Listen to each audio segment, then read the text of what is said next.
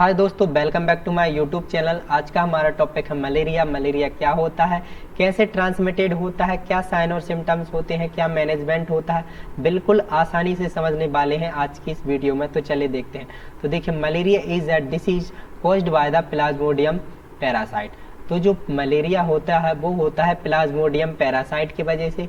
जैसे ही Plasmodium parasite हमारी body के अंदर एंटर कर जाता है तो ये हमारी लीवर सेल्स और हमारी आरबीसी को तोड़ने लगता है, डिस्ट्रॉय करने लगता है, जिससे हमें मलेरिया के सिम्टम्स देखने लगते हैं, जैसे कि फीवर आने लगता है, बहुत ठंड लगने लगती है, हेडेक होने लगता है। ये अब ये जो प्लाज्मोडियम पैरासाइट है ये हमारी बॉडी में एंटर कैसे कर जाता है, तो देखिए, transmitted to human through the bite of infected female anopheles mosquito. तो देखिए, जो मच्छर होते हैं, मच्छर में भी क्या होती है, मेल होता है, फीमेल होता है। तो जो फीमेल एनाफिलिस मॉस्किटो है ये क्या करती है, जब ये अगर इन्फेक्टेड है, मतलब कि इसके अंदर प्लाज्मोडियम पैरासाइट इसके अंदर है, तो ये क्या करेगी, जब ह्यूमन होस्ट को क्या करेगी, बाइट करेगी, काटेगी, तो ये क्या करती है कि अब ये लार्वा के थ्रू प्लाज्मोडियम पैरासाइट को ह्यूमन होस्ट के अंदर इंजेक्ट कर देती है।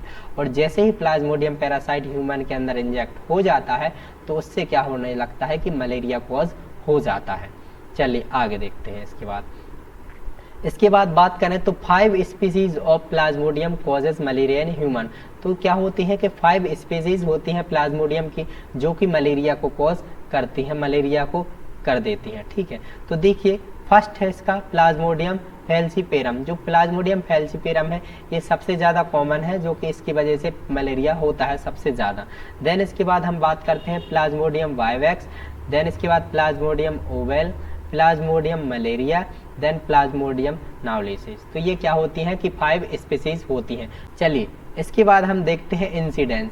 तो देखिए, about 290 million people are infected with malaria each year.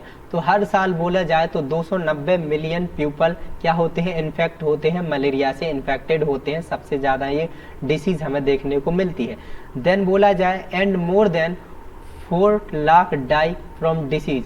तो बोला जाए कि इस डिसीज से तकरीबन 4 लाख लोग हर साल मरते हैं, डेथ होती है। चलिए इंसिडेंस के बाद हम बात करते हैं मोड ऑफ ट्रांसमिशन की, कि ये कैसे फैलता है।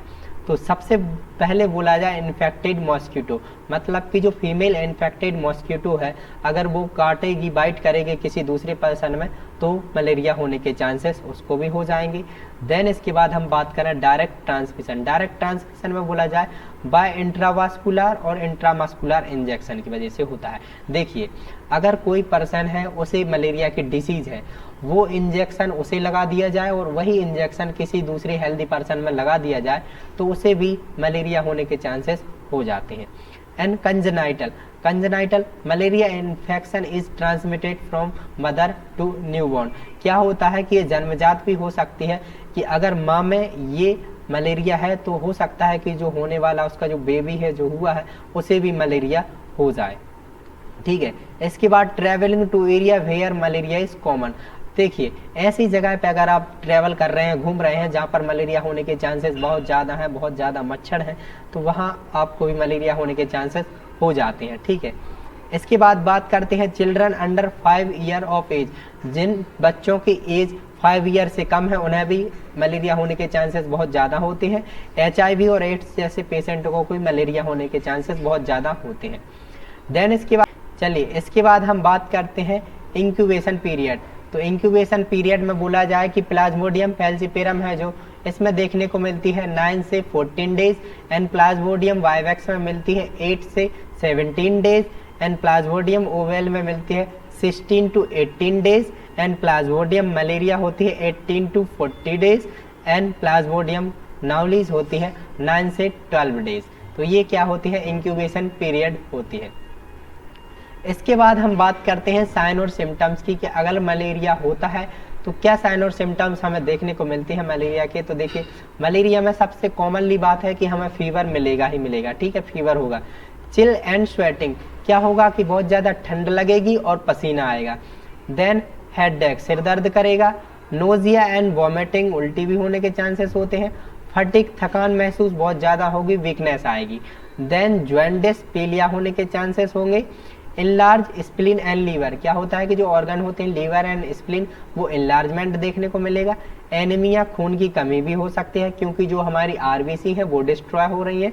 न्यूरोलॉजिकल सिम्टम्स देखने को मिल सकते हैं, न्यूरोलॉजिकल टेंशन में एबनॉर्मल मूवमेंट देखने को मिल सकता है, लॉस ऑफ बैलेंस, ठीक है, डिफिकल्टी हो सकती है, ठीक है, लॉस ऑफ सेंसेशन देखने को मिल सकता है। देन इसके बाद बात कर रहे हैं रेस्पिरेटरी डिसीज होती है वो देखने को मिल सकती है। And rapid and week pulse, मतलब बोला जाए कि जो हमारी पल्स रेट होती है बहुत ज़्यादा हाई भी देखने को मिल सकती है और कम भी। इसके बाद हम बात करते हैं डायग्नोस्टिक इवैल्यूएशन की बात की, क्या क्या डायग्नोस्टिक इवैल्यूएशन किए जा सकते हैं। तो देखिए हिस्ट्री कलेक्शन करते हैं, फिजिकल एग्जामिनेशन होता है, ब्लड एग्जामिनेशन होता है जिसमें कि सीरोलॉजिकल टेस्ट किया जाता है, सीरोलॉजिकल टेस्ट किया जाता है जिससे हमें ये पता चल सकता है कि कौन सा वाला जो मलेरिया हुआ है, प्लाज्मोडियम फैल्सिपेरम हुआ है कि प्लाज्मोडियम वाइवैक्स हुआ है, ठीक है, ये सब हमें उससे पता चल जाता है सीरोलॉजिकल टेस्ट से।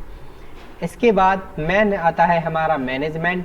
मैनेजमेंट क्या होता है चलिए देखते हैं।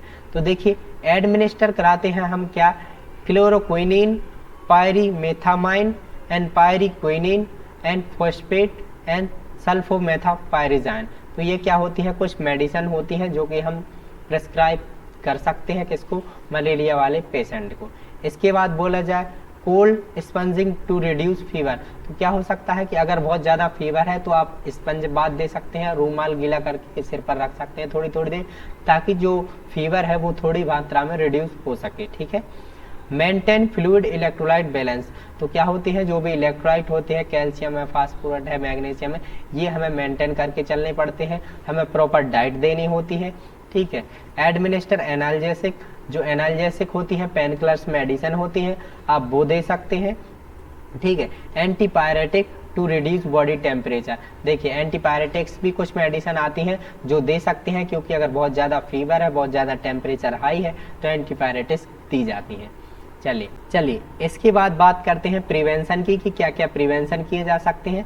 तो close all breeding place of mosquito, तो बोला जाए कि जहाँ पर मच्छर पनपते हैं जैसे कि गंदे पानी में और तालाबों में, तो अगर आसपास आपके कहीं मच्छर पानी इकट्ठा हो रहा है बहुत ज़्यादा गंदा, वहाँ पर मच्छर आ रहे हैं तो वहाँ पर आप क्लोज कर दिए, उस एरिया को बंद कर दीजिए, वहाँ से दूर हट जाइए, दूर रहने लगिए, ठीक है। इसके बाद बात करते हैं कि इम्प्रूव इन्वायरमेंटल सैनिटेशन, तो जहाँ पर आप रह रहे हैं वहाँ के जो आसपास का एरिया है वो क्या करना है, इन्वायरमेंटल है, उसे आप स्वच्छ रखना है, स्वच्छता पर ध्यान देना है, ठीक। इसके बाद क्या है, advice to sleep under mosquito net, तो क्या है कि अगर आप सो रहे हैं, स्लीप कर रहे हैं, तो आपको एडवाइस दी जाती है कि जो आप नेट आते हैं, मतलब कि बोला जाए मच्छरदानी आती है, वो लगाकर सोएं, ठीक है। डिस्ट्रक्शन ऑफ मॉस्किटो, मॉस्किटो जो मच्छर होते हैं उन्हें दूर करने के लिए, उनका ध्यान भटकाने के लिए आप क्या कर सकते हैं, बहुत सारी जो डिवाइसेस आती हैं, बहुत ज़्यादा कीटनाशक आते हैं, आप उनका यूज कर सकते हैं। स्प्रे डीडीटी इंसेक्टिसाइड, जो क्या हो सकती है कि कीटनाशक होती है, इसका भी आप उपयोग कर सकते हैं, छिड़काव कर सकते हैं। इसके बाद हम बात करते हैं कॉम्प्लिकेशन की क्या क्या हो सकता है। तो देखिए cerebral malaria, then gastrointestinal malaria, anaemia के चांसेस होते हैं, स्प्लीनोमेगाली एंड डेथ भी होने के चांसेस होते हैं क्योंकि ये जो डिसीज़ है बहुत ही कॉम्प्लिकेशन होती है और बहुत ही खतरनाक होती है। तो thank you for watching my video.